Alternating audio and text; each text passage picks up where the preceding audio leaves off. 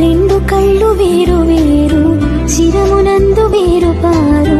దృశ్యమేది చూపిస్తున్న చూపులు రెండు జతగా చేరు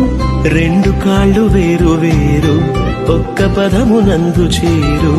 అడుగు ముందు వెనుకవుతున్న గమ్యం మాత్రం కలిసే చేరు ఇరువురొక్కటై ఏకదేహమై దైవ కుటుంబము కావాలని తానే జతపరిచెనుగా దేహ సుఖముకే మనువు కోరక దేవతనయులను పెంచాలని దైవం నియమించెనుగా ఆది బంధమే ఆలుమగలుగా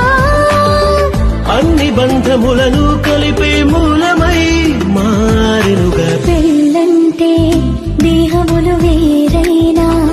ఒక్కటిగా ఫలించే దైవ సంకల్పం